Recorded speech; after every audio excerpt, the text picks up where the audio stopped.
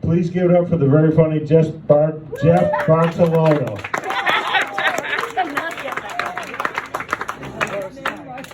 My mic is failing me. I don't know. There you go. So here's my man. All right, how are we doing tonight? Yeah. I had no intention of starting with this, but Wayne inspired me talking about the guy, the fisherman helping the other guy out. Yeah, when I was single, I was on the beach and I'm seeing this guy down the beach a little bit, not particularly attractive, but he had all these attractive women surrounding him constantly. So finally, I waited. I'm there by myself. I waited. I go over and say, not for anything. You're not exactly Brad Pitt. What's your secret? He said, you know what? Before I go down to the beach, I just get a big baking potato. I throw it in my swim trunks. The ladies love it. Can't get enough of it. Okay, I'm gonna give that a try. Why not? Next day, get the baking potato, throw it in my trunks. Nothing. He's got all the women down his end. Second day, let me try it again. Maybe it's just a bad day. Nothing. He's got all the women. I wait till he's alone. I go over, I say, you told me what your secret was. I did it. Nothing's happened. What's going on? And he looks down at me and he said, oh, no, you're supposed to put the potato in the front of your trunks. I didn't know. Honest mistake. Yeah, thank you. Yeah, that sends a wrong message when it's in the back. Yeah, that's not, So, it's been hot out, huh? Yeah. How hot? Somebody want to know how hot it's been? How hot? It's so hot. I saw a dog chasing a cat in the park, and they were both walking. That's how hot it's been. Yeah. It's so hot, I saw a bird pulling a worm out of the ground, and it was using an oven mitt. That's how hot. So hot. This one I never thought I would be able to say, but yeah, Jehovah's Witnesses are trying telemarketing. Never thought that would happen, but they are. So we and actually I heard today 2 days ago the all-time record 62 degrees average temperature on our planet. It's never been that hot. Ever. 62.5 degrees. So yeah, it's we're not imagining it.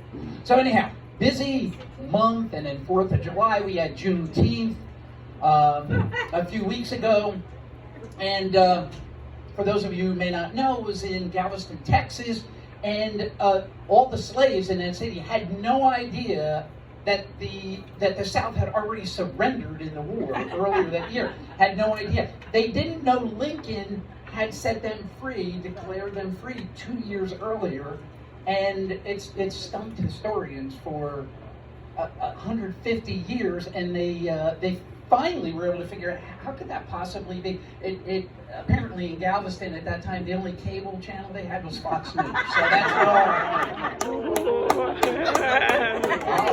I think I just hit a nerve. Sorry.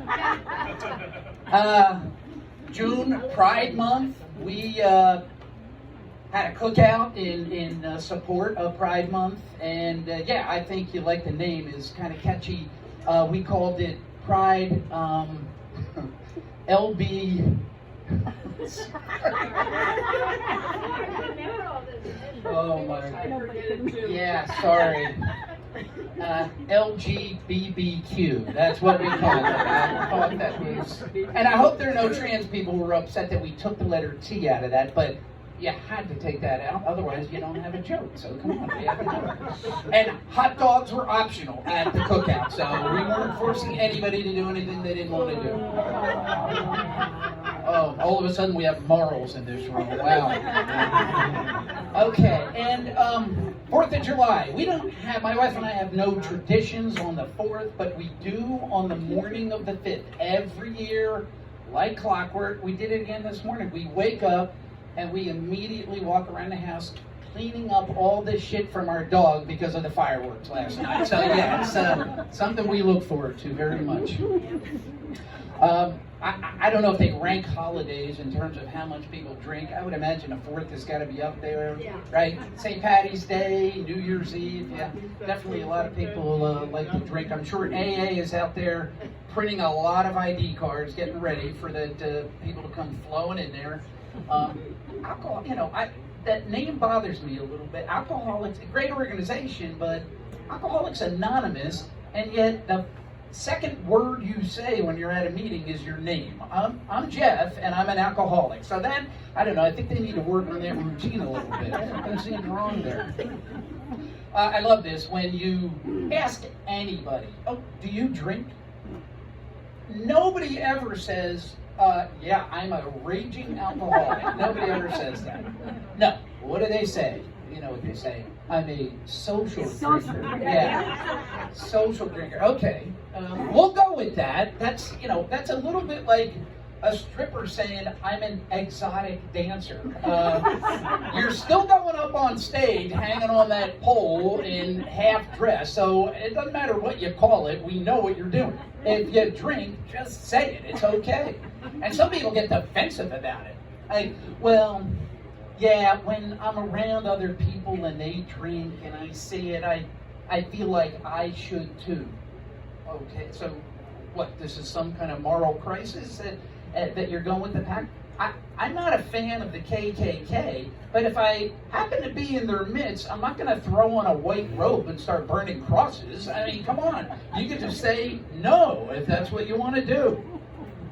I really, really don't like, and we've all been there, we all go to the doctor. Why are my doctors so fascinated with how much I drink? You give that questionnaire that you have to fill out. It takes about 8 hours when you're sitting there, after you first get there.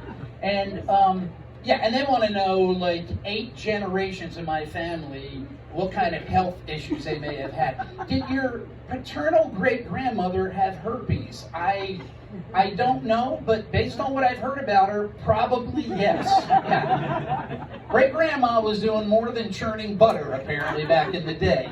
But then they get to that, I'm seeing an orthopedist for a rotator cuff issue, and unless she thinks that I'm running on a treadmill drunk and it's launching me into a wall, and that's how I hurt my shoulder, why are you asking me how much I drink? When I practiced law, if you wanted me to draft a will for you, I wasn't asking you, do you have herpes or do you have hemorrhoids? It has nothing to do with the service that's being provided, so why are you asking me that? But they all do. And then the part I really don't like, I feel boxed in with the possible answers. You've seen the question.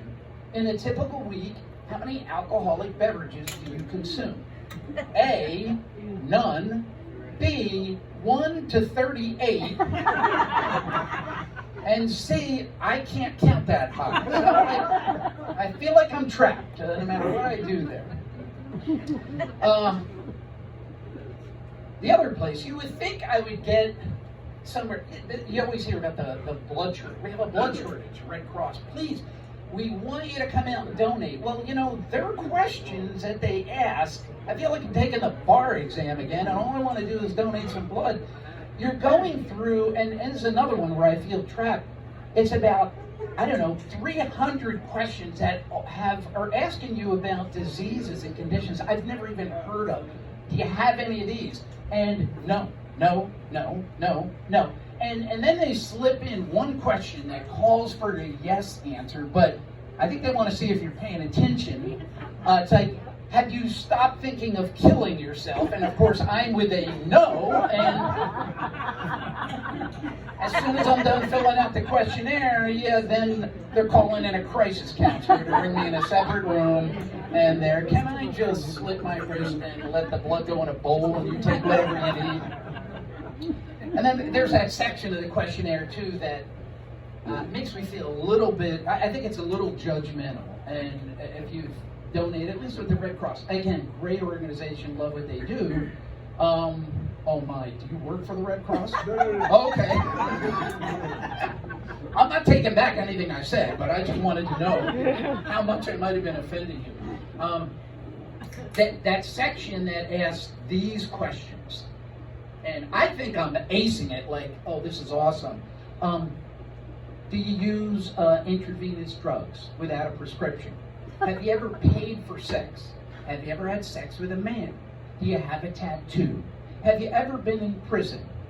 And I'll answer, no. And at the end, the nurse is telling me, I'm sorry, we can't use your blood. What happened? You're too fucking boring. That's what happened. Apparently I've not lived enough to experience the fun side. About a year ago, retired finally from full-time work. I know Rich is a recent retiree. Yay! He will soon understand this question. How many retirees does it take to screw in a light bulb? One, but he takes all fucking day. That's the... Rich is going to discover the meaning of puttering around. Yes. Just finding it. So, yeah, my wife's reaction to that evolved pretty quickly. Day one, it was, isn't this great? We're together. Why didn't you do this a long time ago? Day two was, shouldn't he be finding a hobby or something? And day three was, the mere sight of you makes me want to puke. So, didn't take her long. So I started substitute teaching. I hate it, but it's the only way I can get close to young kids without an Amber Alert going off. So I'm just, trying to find that silver lining there. Please don't report me. I have my Megan's Law t-shirt at home. I didn't want to wear that. No, being with young kids, yeah, it can be challenging. It is fun, but it reminded me of why when I first got married a long time ago, my wife, do you want to have kids? And I said, yeah, I'd like to have kids one day. She didn't know I meant it literally. I want to have them for one day and then get them out of here. All right. So, I'll finish up with this. Indeed, if anybody's been on Indeed, you got your resume there, man. As soon as I changed my resume to indicate an end date for that full-time work, Indeed's, I don't know how they find it out, but that must kick in some triggers, and they are immediately sending me all kinds of jobs. And I get one, and with that, you have matching qualifications with exclamation points, kind of exciting, like, all right, even at my advanced age, maybe this is the perfect job that I found, and I'm going to be thrilled to be doing this. And it was, and I'm not even making this up, trumpet instructor. Yeah. You don't even know me well enough, but you probably already know he has zero musical talent. If you had a gun to my head, I could not play a note on a kazoo. And yet, trumpet instructor, I'm thinking, what in their system went haywire to make them think that I could actually fill that position? So let me check my resume, and you know what? I owe them an apology. I looked at my resume, and I forgot in my job experience way down at the bottom, it was, when I was younger, 3 years I was in the gay porn industry. And that's how it happened. Now, yeah. Now the closest I get to being in a porn movie is going in a men's room where they have the automatic soap dispenser and having that thing shoot out that cloudy stuff. Like, man, brings back some painful memories. I wash my hands after I wash my hands. I'm taking no chances whatsoever. I'm Jeff Bartolino. Thanks for listening. Good night.